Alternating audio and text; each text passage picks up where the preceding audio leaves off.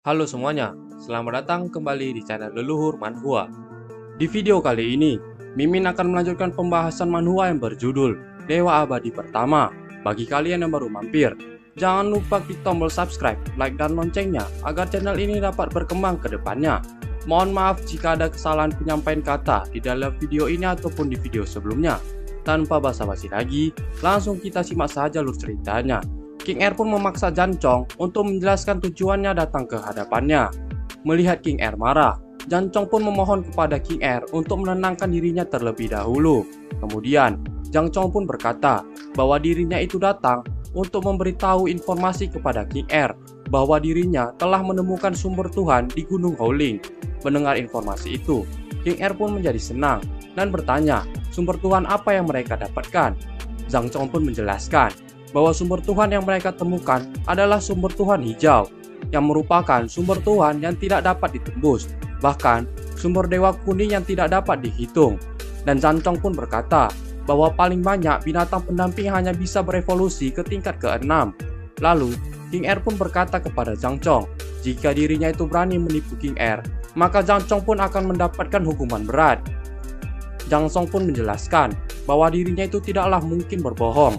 Selain itu, karena putranya tidak bisa diharapkan, maka tidak mungkinlah Jancong berani menipu King Er. Karena itulah, Jancong berkata bahwa yang pantas mendapatkan sumber Tuhan itu adalah King Er. Mendengar penjelasan itu, King Er pun mempercayainya dan menyuruh Jancong untuk pergi. Jancong pun berterima kasih kepada King Er karena telah mengizinkannya untuk pergi. Akan tetapi, sebelum dirinya pergi dari tempat itu, Jancong pun menghampiri Litian dan meminta Litian untuk mengikuti dirinya itu ke suatu tempat. Melihat hal itu, King Er pun menyuruh Jancong untuk melepaskan Litian. Jancong yang mendengar perintah itu pun berkata bahwa Litian telah melukai anaknya, sehingga Jancong pun meminta mohon kepada King Er untuk membiarkan dirinya membalaskan dendam putranya itu kepada Litian. King Er pun menolaknya dan tetap menyuruh Jancong untuk pergi. Jancong pun langsung menuruti perintah King Er dan langsung pergi meninggalkan tempat itu. Litian yang dirinya selamat itu pun bersyukur dan merasa lega. Kemudian, Litian yang mengingat perkataan jelek dari King Er itu pun melirik ke arah King Er dengan ekspresi kesal. King Er yang menyadari hal itu pun bertanya, apa yang dilihat-lihat oleh Litian? Jian pun berkata kepada King Er untuk berhenti menggoda Litian. Dan Jian pun berkata kepada Litian bahwa pertemuan mereka kali ini bukanlah kebetulan. Dan Jian pun menjelaskan kepada Litian bahwa setelah mereka berdua pergi, King Er pun penasaran dengan alasan kenapa Litian bisa membuat Jian mencapai tingkat spiritual maksimum. Karena hal itu, King Er pun berencana untuk mengikuti Litian dari belakang. Akan tetapi, pada akhirnya King Er pun tidak bisa mengikuti Litian. Jadi, Jian pun berkata bahwa saudarinya itu harus berhubungan baik dengan Litian. Kemudian, Jian pun juga berkata bahwa Litian harus datang ke Yandu untuk mencari dirinya. Karena jika Jian memiliki keahlian khusus lagi, Jian pun ingin mencobanya bersama dengan Litian. Mendengar hal itu, Litian pun menyetujuinya dengan ekspresi senang. Lao Ju pun berkata bahwa jika mereka bertemu lagi, maka mereka berdua haruslah menikah. King Er yang mendengar hal itu pun menjadi kesal dan berkata bahwa orang biasa seperti Litian tidak bisa pergi ke kota Yandu karena dinding perbatasan kota sangatlah tinggi bahkan tidak bisa dilompati. Jian pun menyuruh King Er untuk memberikan liontin giok kepada Litian agar dirinya itu bisa ditemukan oleh Litian di masa depan. King Er pun menolaknya. Akan tetapi, Jian pun memohon kepada King Er untuk memberikan benda itu. King Er pun menunjuk jidat Jian dan berkata bahwa Jian saat ini telah berubah. Kemudian, King Er pun memberikan liontin giok kepada Litian dan berkata agar Litian tidak membawa namanya itu ke dalam masalah Litian. Karena jika Litian melakukan hal itu, King Er pun berencana untuk merebus hewan pendampingnya Litian. Lao Zu yang mendengar hal itu pun menjadi kesal dan berkata, beraninya kau menghinaku gadis jelek. Litian pun mengucapkan terima kasih kepada King Er dan berkata bahwa dirinya itu akan menjaga liontin itu dengan baik. Kemudian, Jian pun menggenggam tangan Litian dan menyuruhnya mendekat karena ada sesuatu yang ingin Jian katakan. Litian yang mendengar hal itu pun menjadi kesenangan dan langsung mendekatkan wajahnya itu ke Jian. Kemudian, Jian pun membisikkan lokasi dari sumber Tuhan kepada Litian dan menyuruhnya untuk mengambilnya. Mendengar hal itu, Litian pun mengucapkan terima kasih karena sudah membantunya. King Er dan Jian pun berjalan pergi meninggalkan Litian.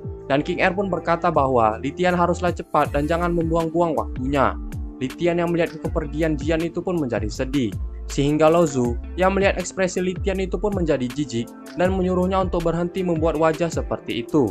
Kemudian, Litian pun mengajak Lo Zhu untuk mencari sumber Tuhan yang diberitahu oleh Jian tadi.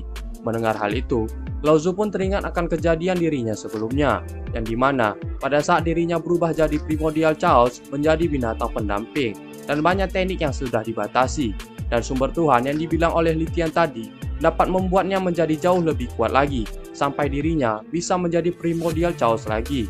Mendengar penjelasan dari Lo Zhu, Litian pun berkata bahwa dengan kebetulan Litian mengetahui lokasi itu, dan karena Lo Zhu membutuhkan sumber Tuhan untuk menjadi kuat, Litian pun langsung mengajak Lo Zhu untuk bergegas pergi ke lokasinya. Kemudian, pada saat di perjalanan, Litian pun berhasil melakukan penerobosan pada level ke-6 dari Ranah Beast Vein. Litian yang tidak menyangka hal itu pun berkata bahwa walaupun mereka tidak mendapatkan sumber Tuhan yang mereka cari, akan tetapi mereka mendapatkan banyak rumput Kingling untuk dibawa, dan karena itulah Litian dapat menerobos dengan cepat. Lo Zhu pun juga berkata bahwa hal itu pasti seperti yang diharapkan oleh Jian, dan cara Jian menunjukkan sebuah harta sangatlah tepat. Mendengar hal itu, Litian pun melanjutkan perjalanannya sambil berkata kepada Lo Zhu bahwa sumber Tuhan yang mereka cari sudah tidak jauh lagi dari mereka berdua. Beberapa saat kemudian, Litian pun menemukan danau yang merupakan lokasi yang ditunjukkan oleh Jian sebelumnya. Lo Zhu yang melihat hal itu pun berkata, "Kupikir sumber Tuhan mungkin ada di danau ini. Kalau begitu, ayo kita menyelam untuk melihatnya." Namun, sebelum mereka pergi, Litian pun berpesan kepada Lo Zhu untuk berhati-hati, dikarenakan Litian merasakan sesuatu yang mengerikan di dasar danau. Dan sekalipun sumber Tuhan itu ada di dalam danau, Litian pun yakin pasti ada yang menjaganya. Kemudian, Litian dan Lo Zhu pun masuk ke dalam danau itu untuk mencari sumber Tuhan yang mereka cari. Akan tetapi, karena di dalam danau itu terlalu gelap, Litian pun menggunakan mata yang ada di tangan kirinya itu untuk melihat di dalam kegelapan. Beberapa saat kemudian, Litian pun menemukan sebuah tempat misterius yang kondisinya sedang terkunci. Lo Zhu yang penasaran itu pun berkata, apakah di dalam sumur itu terdapat harta karun?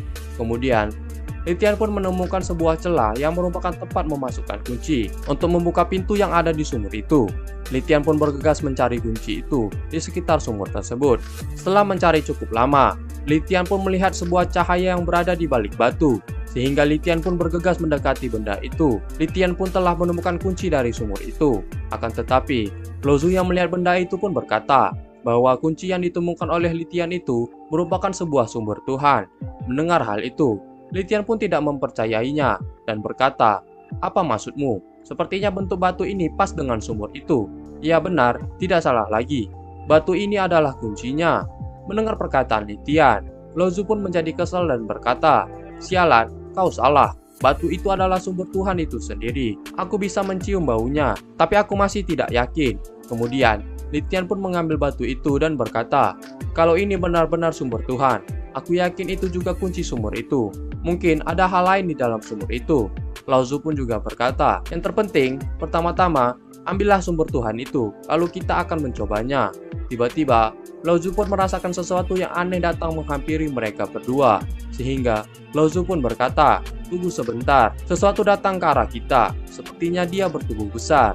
Mendengar hal itu, Litian pun berkata bahwa itu pasti penjaga dari sumur dan sumber Tuhan. Mendengar hal itu, Lo Zhu pun berkata bahwa dirinya itu akan mengalihkan perhatian dari penjaga sumur itu dan menyuruh Litian untuk membawa sumber Tuhan itu pergi duluan. Tiba-tiba, seekor buaya raksasa pun muncul di hadapan mereka berdua, sehingga Litian yang melihat hal itu pun berkata, "Wah, dia datang. Itu adalah binatang buas tingkat ketiga dengan pisau raksasa. Kita harus pergi dari sini." Lo Zhu yang melihat hal itu pun juga berkata, "Berhenti omong kosong, cepat lari, aku akan menahan buaya itu." Litian pun langsung pergi meninggalkan Lo Zhu sendirian dan berpesan kepada Lo Zhu agar dirinya itu untuk berhati-hati. Lo Zhu pun menyerang buaya raksasa itu dengan patukan mautnya, sehingga buaya itu pun teralihkan oleh Lo Zhu. Kemudian, Litian pun berhasil keluar dari danau itu dengan selamat, bersama dengan sumber Tuhan yang dibawanya itu. Akan tetapi, pada saat Litian ingin berjalan ke pinggir danau, terdapat seorang wanita yang muncul di hadapan Litian dan bertanya, "Siapa kau? Apa yang kau lakukan di sini, sialan?" Kemudian, rekan dari wanita itu pun berkata bahwa benda yang dibawa oleh Litian itu adalah sumber Tuhan yang mereka cari. Sehingga rekannya itu pun memberi perintah untuk menangkap Litian. Mendengar hal itu, Litian pun menyadari bahwa mereka adalah orang-orang dari Legion Mansion. Lalu, wanita itu pun menatap sinis ke arah Litian dan meminta Litian untuk menyerahkan sumber Tuhan itu kepadanya. Jika Litian menolaknya, maka wanita itu pun mengancam akan membunuh Litian. Mendengar hal itu, Litian pun menolaknya dan berkata, "Kau pikir setelah kau mengancamku, aku akan memberikan ini begitu saja? Aku terlalu malas untuk meladenimu." Litian pun menyimpan sumber Tuhan itu ke dalam penyimpanannya dan berjalan pergi meninggalkan wanita itu. Mendengar penolakan dari Litian, wanita itu pun menjadi kesal dan langsung mengeluarkan hewan pendampingnya untuk menyerang Litian. Hewan pendamping wanita itu adalah ikan terbang bermata 6 yang merupakan binatang pendamping sistem air dan es tingkat kelima. Menyadari serangan yang datang ke arahnya, Litian pun dengan cepat menghindari serangan dari hewan pendamping tersebut. Akan tetapi, pada saat Litian melihat hewan pendamping wanita itu, Litian pun menyadari bahwa atribut pada hewan pendamping itu adalah atribut air dan es, sehingga hal itu pun membuat Litian kesusahan. Ditambah lagi, Laoju sedang tidak bersama dengannya, sehingga Litian pun harus segera pergi ke daratan secepat mungkin. Litian pun bergegas pergi ke daratan untuk menghindari serangan dari hewan pendamping wanita itu. Melihat Litian lari, wanita itu pun berkata, "Dasar pencuri, aku Jiang Yilin dari Legion Mansion. Ayah dan pamanku adalah tokoh teratas dari Legion Mansion. Jika kau masih keras kepala, aku jamin keluargamu akan kubuat menderita. Aku berada di tingkat ke-8 dari Rana Biswen. Membunuhmu itu mudah." Ayah dari Jiang Yilin yang melihat Litian lari ke daratan itu pun berkata, dia pikir itu akan menjadi aman jika dia berlari ke daratan. Sungguh naif. Kemudian, sesampainya Litian di daratan, Litian pun menoleh ke arah binatang pendamping dari Jiang Yilin dan berpikir bahwa dirinya itu sudah selamat. Akan tetapi, hewan pendamping Jiang itu pun terbang menggunakan siripnya, sehingga Litian yang melihat hal itu pun terkejut. Jiang pun berkata bahwa usaha Litian untuk lari adalah tindakan sia-sia. Kemudian, Jiang pun memberi perintah kepada hewan pendampingnya itu untuk membunuh Litian. Melihat serangan yang datang ke arahnya, Litian pun menggenggam tangan kirinya itu dan melancarkan tinjunya itu dengan sekuat tenaga, sehingga serangan hewan pendamping Jiang itu pun langsung terhentikan. Melihat hal itu, Jiang pun terkejut sampai tak bisa berkata apapun. Kedua saudara dari Jiang yang melihat keadaan menjadi memburuk itu pun segera menghampiri Jiang untuk menyelamatkannya. Litian pun dengan cepat menyandra Jiang dari belakang dan menggenggam lehernya dengan kuat. Litian pun berkata, jika mereka berdua bertindak gegabah, Litian akan meremukkan leher Jiang. Kedua pria tua itu pun langsung meminta Litian untuk berhenti dan mengancam Litian dengan berkata bahwa jika Litian tidak melepaskan gadis itu, maka Legion Mansion akan membunuh dirinya. Litian yang mendengar hal itu pun berkata bahwa dirinya itu tidak takut sama sekali dengan keberadaan Legion Mansion. Ayah dari Jiang itu pun mengeluarkan kekuatannya dan menyuruh Litian untuk tidak terlalu percaya diri, dikarenakan jika dirinya itu mau membunuh Litian, itu adalah hal yang mudah baginya untuk dilakukan. Litian pun menunjukkan liontin giok yang diberikan King Er sebelumnya kepada kedua orang tua itu, sehingga mereka berdua yang melihat benda itu pun terkejut. Litian pun berkata bahwa liontin itu berasal dari Putri King dan bertanya kepada mereka berdua, apakah jadi masalah jika orang-orang dari Putri King mengambil sumber Tuhan? Dan Litian pun juga berkata bahwa sebelumnya Litian mengingat ancaman dari mereka yang mengatakan bahwa keluarga Litian akan menderita jika mengambil sumber Tuhan itu. Jadi Litian pun bertanya apa yang akan terjadi jika dirinya kembali ke Yandu. Mendengar perkataan Litian, ayah Jiang pun langsung mengizinkan Litian untuk mengambil sumber Tuhan itu sambil meminta maaf kepada Litian. Setelah itu, ayahnya Jiang pun bertanya siapa nama ayah dari Litian. Litian pun melepaskan genggamannya itu dari leher Jiang dan menjawab pertanyaan tadi dengan berkata bahwa ayahnya itu adalah pria yang besar dan pasti dikenal oleh mereka berdua. Setelah mengatakan hal itu, Litian pun langsung kabur dari tempat itu dengan beralasan bahwa dirinya itu sedang sibuk saat ini untuk mengawal Putri King. Setelah Litian pergi, Jiang yang kesal itu pun bertanya kepada ayahnya kenapa dirinya itu membiarkan Litian pergi. Sang ayah pun menjawab bahwa mereka tidak bisa melakukan apapun, dikarenakan jika mereka berbuat semena-mena, maka Putri King tidak akan menerimanya. Sang paman pun juga berkata bahwa sejak awal Litian tidak pernah takut kepada mereka, dikarenakan Litian berada di bawah perintah Putri King. Jiang pun kembali bertanya kepada ayahnya, apakah ayahnya itu tidak akan melakukan apapun. Sang ayah pun kembali menjawab bahwa mereka harus merelakan sumber Tuhan itu diambil. Kemudian, mereka bertiga pun berjalan pergi meninggalkan danau itu untuk melanjutkan perjalanannya.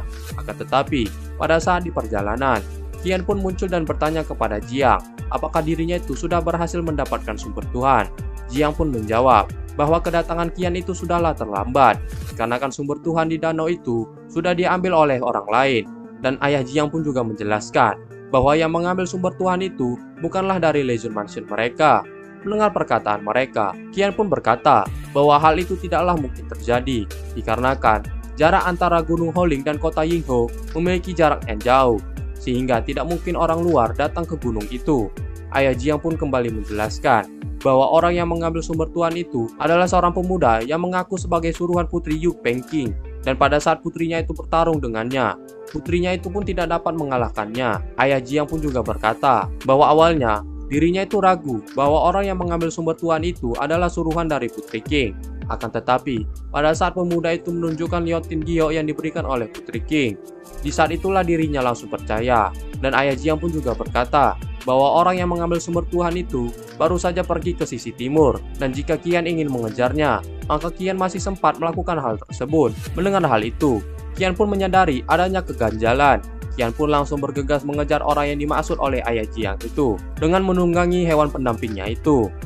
Setelah Qian pergi, Jiang pun kembali kesal kepada ayahnya dan bertanya kenapa ayahnya itu membiarkan Qian mengejar Litian. Ayahnya pun menjawab bahwa dirinya itu ingin tahu lebih banyak tentang Litian, sehingga dirinya itu bisa menjelaskan apa yang terjadi pada saat mereka sudah kembali, karena dirinya itu tidak mau difitnah karena telah menyembunyikan sumber Tuhan. Mendengar penjelasan ayahnya, Jiang yang menahan rasa kesalnya itu pun berkata, "Aku mengerti ayah." Lalu di sisi lain dari danau itu, Lao Zu yang berhasil selamat dari serangan buaya besar itu pun menceritakannya kepada Litian. Litian pun menyuruh Lao Zu untuk mengecilkan suaranya dan berkata, mungkin ada seseorang yang sedang mengikuti dirinya. Mendengar hal itu, Lao Zu pun berkata, "Kalau begitu cepatlah, buaya konyol itu akan segera beraksi dan mengejar kita." Mereka berdua pun langsung bergegas masuk ke dalam danau itu dan mencari keberadaan sumur yang terkunci tadi. Setelah menemukan sumur itu, Litian pun memasukkan sumber Tuhan yang diambilnya tadi ke dalam lubang kunci sumur tersebut, dan pintu masuk sumur itu pun terbuka. Lao Zu pun menyuruh Litian untuk cepat masuk untuk menghindari kedatangan buaya penjaga sumur itu.